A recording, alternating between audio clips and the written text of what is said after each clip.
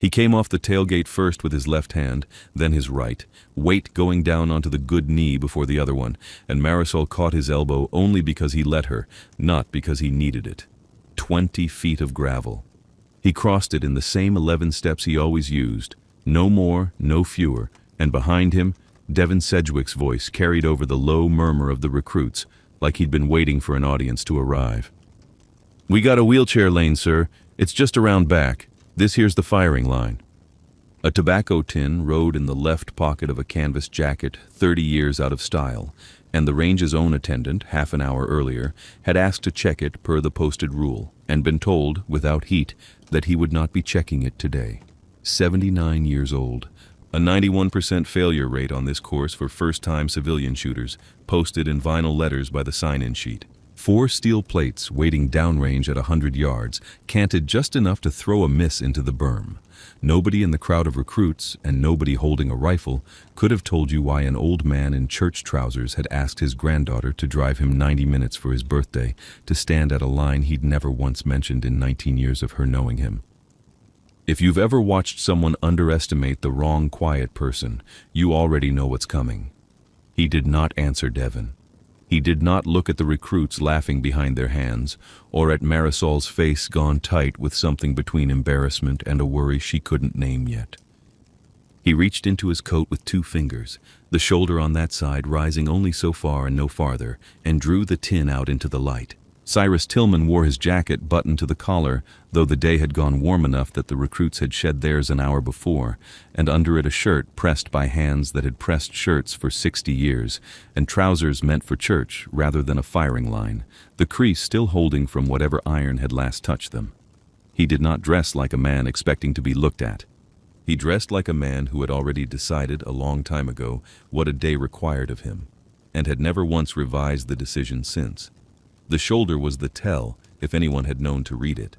It would not lift past the height of his own collarbone, hadn't for 30 years, and so any rifle he ever shouldered again would have to come up low and canted, tucked more than raised, a habit that looked, to eyes that didn't know better, like the fumbling of a man who had forgotten how. Marisol had seen him reach for a paint can on a shelf that way. She had never seen him reach for a rifle at all, not in 19 years, not at Thanksgiving, not at the one funeral where half the folding chairs held men his age with ribbons on their lapels, and her grandfather had sat in the back pew with his hands folded and said nothing about any of it. She'd brought him because of 11 words. He used to shoot, he'd said, over coffee, the week she turned 19, not looking up from the newspaper, the way he said most things that turned out to matter.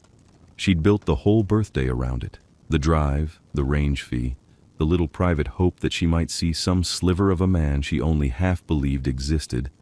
And standing here now with Devin Sedgwick performing for a crowd of recruits, she felt the hope going thin and foolish in her hands. He'd said nothing to any of it. Not to the wheelchair lane joke, not to the laughter it earned, not to the recruit who muttered something about the historical society.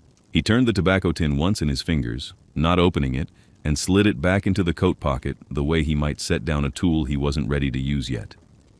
In his workshop at home there was a length of cedar trellis with a graphite mark added every spring at the same width, an inch given and never taken back, for a garden that had not needed the measurement in 11 years. He kept that mark the way he kept the tin closed. Some things were maintained on a schedule that belonged to no one else and required no explaining, and he had never once explained either of them to Marisol, though she had asked about the trellis, and never about the tin, because until this morning she hadn't known there was one.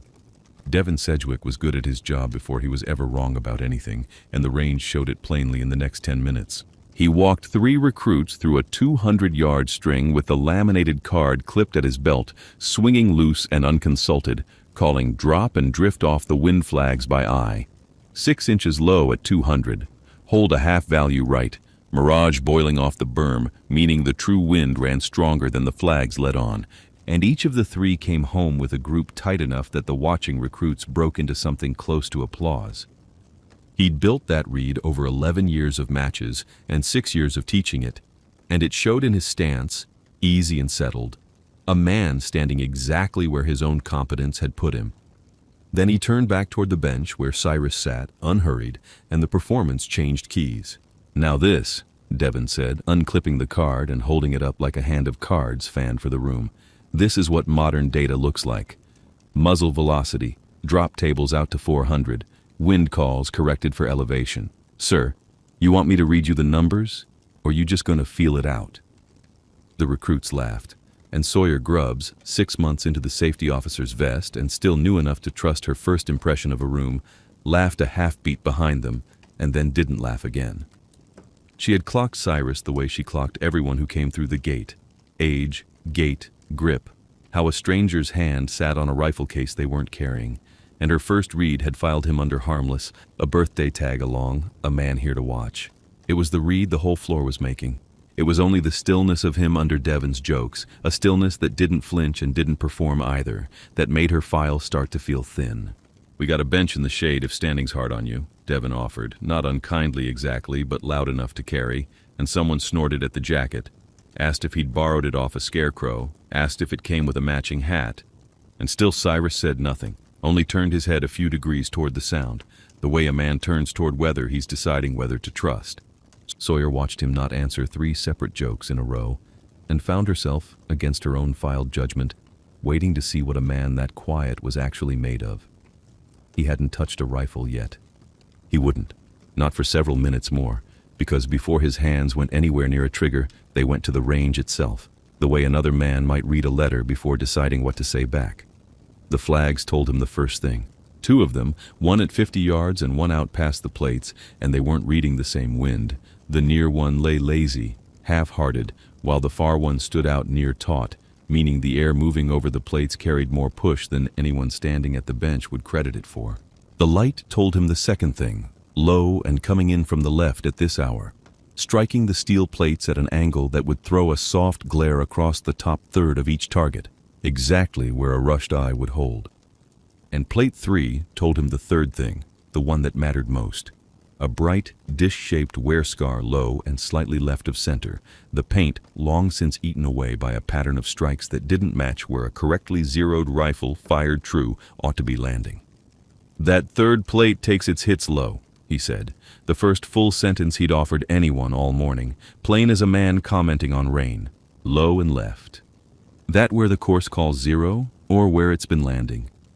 Devon didn't so much dismiss the question as walk past it. "Plate wears cosmetics, sir. Steel takes hits where steel takes hits." He said it easily, the practiced ease of a man who has answered easier questions 1,000 times and stopped hearing the harder ones inside them. Sawyer had noticed the same low left scar 3 weeks back, logging plate maintenance on a Tuesday nobody else had watched her do, and had written it down as wear pattern atypical, plate 3 and a margin nobody read, and said nothing further, because 6 months in was not long enough to argue physics with the man who ran the course. She watched Cyrus watching the same plate now and felt the private, uncomfortable sensation of having been right about something and silent about it for 3 weeks running.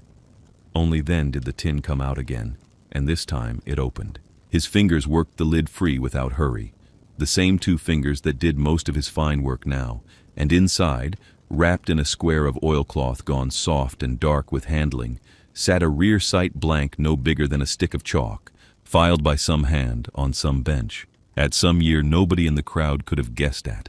He unwrapped it the way a man unwraps a letter he already knows the contents of, and did not explain it to anyone, and the not explaining sat in the air heavier than an explanation would have. Someone handed him a rifle the way you'd hand a broom to a man for a joke, expecting him to lean on it, and instead he laid it across the bench and went to work in an order that had not changed in decades. He backed out the issued sight screw with a coin from his pocket, set the factory blade aside without a glance at it, and seated his own in its place, checking the fit with the pad of one finger before he snugged the screw home. He raised the rifle low and canted to clear the shoulder that would not rise, found his cheek weld in one motion instead of 3 adjustments, and held there, breathing, for exactly as long as it took the far flag to complete one lazy fall and rise. He did not fire a sighter. He put the crosshair on plate 1 and broke the shot clean, and it rang. He shifted, found plate 2, broke the second shot with no more pause than it took to shift his weight, and it rang. Plate 3 took its hit high and center, dead through the low left wear scar's opposite number, and it rang loud enough that 2 recruits actually ducked. Plate 4 went down on the fourth shot. No cider spent, no correction called, 4 rounds for 4 plates, and the sound of the crowd did not so much stop as fall away in layers. The laughing first, then the murmuring, then whatever conversation had been happening at the water station 40 feet back, until the only thing left standing in the quiet was Devon Sedgwick, with his laminated card half raised and a sentence dying somewhere behind his teeth, and the ring of that fourth plate still traveling out over the berm with nothing left to compete with it. Sawyer Grubbs did not sleep well that night, and by 6 the next morning she was in the range office pulling course logs nobody had asked her to pull, because a wear scar on a steel plate does not lie about where a rifle has actually been hitting for 2 years, no matter what the paperwork says the 0 is supposed to be. It took her 40 minutes to find the amendment, filed under a maintenance code instead of a course change code, so it would never surface on an annual audit. The qualification 0 had been quietly shifted 26 months back to favor a proprietary optic sold through a supply outfit registered 2 blocks from Devon Sedgwick's own address. Every recruit who'd failed this course on iron sights in 2 years had failed a test built, underneath its own numbers, to sell a product. She had the printout in her hand and was 3 steps from Devon's office when he found her first, already talking, already moving to get ahead of whatever she'd found before she said a word of it. He did not ask what she'd discovered. He asked, instead, whether anyone had checked the old man's civilian range card, and when Sawyer said she didn't see what that had to do with anything, Devon told her, in the voice of a man grabbing for the one rail left in a stairwell, that regulation required a current card for any recorded demonstration shot, that Cyrus's had lapsed 11 months back, and that without a valid card on file, this morning's 4 shots were not a range record. They were nothing. They could be struck, and would be, before the Foundation's board sat down in 3 days to vote on renewing his optics contract and casting this course into the training manual for good. He wasn't lying about the regulation. He was, for the first time all morning, telling the truth entirely for the wrong reason. And Sawyer stood there with a printout in one hand that would end his contract, and a stricken record in the other that would erase the only proof anyone had that the course was broken, and understood that both things were now going to happen in the same 3 days, or neither would. General Ezra Kingsley did not announce himself. He came through the gate 2 days early, in civilian clothes, and walked the length of the firing line before anyone on staff had finished getting his name right, and it was Devon who saw him first and started toward him, already talking about the audit, about corrective action, about how he intended to make it right with the board, the kind of talking a man does when he has decided to get ahead of his own ruin. Kingsley didn't answer him. He walked past the bench, past the recruits, past Sawyer's half-raised hand, until he stood in front of Cyrus, 74 years old, and carrying himself like a man 20 years younger, right up until the moment he stopped in front of that canvas jacket, and then in front of the whole gathered floor, in front of recruits and instructors and a safety officer 6 months into her vest. General Ezra Kingsley removed his cap and stood holding it against his chest with both hands, and said nothing at all for the length of time it took the wind flag to fall and rise once more. It cost him something specific to say what he said next, because a general does not usually explain himself to a room of privates. "This man commanded a reconnaissance element I served under for 4 years. Kingsley said, "and I have spent 38 years letting a citation on my own chest answer questions it was never built to answer." The first correction came before the second because it had to. Kingsley had pulled the course's original Inspector General standard from an archive that predated Devon's hiring by 4 years, the same low-left true 0 Cyrus's plateware had already told him, the standard the range had been built on before someone, long gone from the payroll now, swapped it quietly for an optic requirement that made a proprietary sight look like the only equipment capable of passing. Devon's numbers had been accurate every day of his 6 years. He had simply been accurate to a corrupted standard he had inherited, not built, and had never once thought to ask why a rifle firing true kept landing low and left of where the course insisted true ought to be. Then came the second correction, and it was Kingsley's own service file, retrieved from the same archive, that carried it.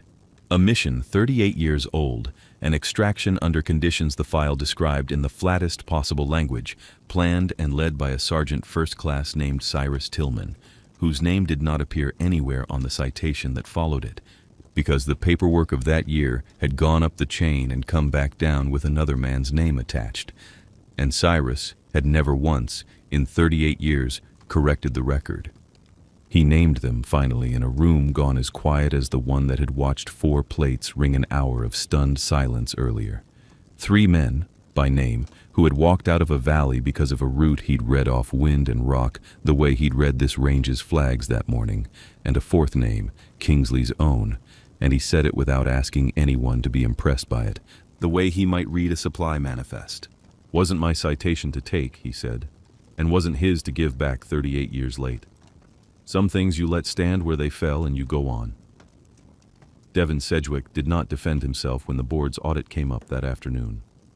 He asked for it himself, before anyone had to ask it of him, and stood in front of the same 3 recruits who'd laughed at a canvas jacket that morning and told them, plainly, that the standard he'd taught them was never the true one, and that he intended to be the one who proved it, on the record, with his own contract on the table.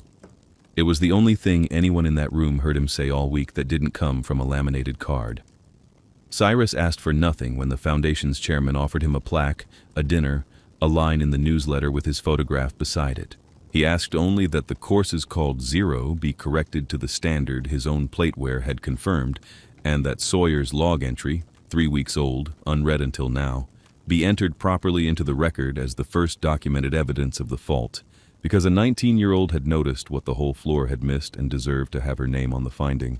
That evening, in the workshop behind his house, he took a rasp to the cedar trellis the way he'd done every spring for 11 years, marking an inch of new growth in graphite, though the garden that trellis had once supported was long gone to grass, because some measurements are kept not for the plant, but for the hand that used to check them alongside his.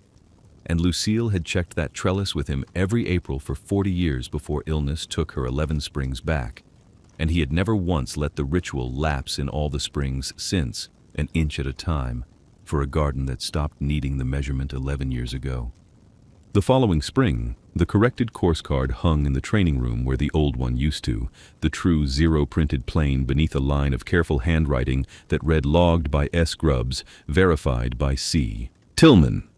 And Devin Sedgwick walked recruits through it without ever once unclipping a laminated card from his belt, teaching the read-off flags and light and steel the way a man teaches something he has finally understood rather than sold. On the anniversary of that first birthday, Marisol drove her grandfather back out to Millwood Crossing, and this time it was Devin who crossed the gravel to meet them, bare-headed in the sun, and said nothing about wheelchairs or scarecrows or lanes, only held the gate himself and let the old man in first. Some corrections take 38 years to reach the record, but they still arrive. In the workshop that evening, Cyrus wrapped the sight blank back in its oilcloth square and set it into the tobacco tin, and set the tin on the shelf beside a jar of trellis nails gone rusted soft with age, and above them both, pinned to the board in Marisol's own hand, hung the range's corrected course card, and the tin stayed closed, and nobody in the house asked him to open it again.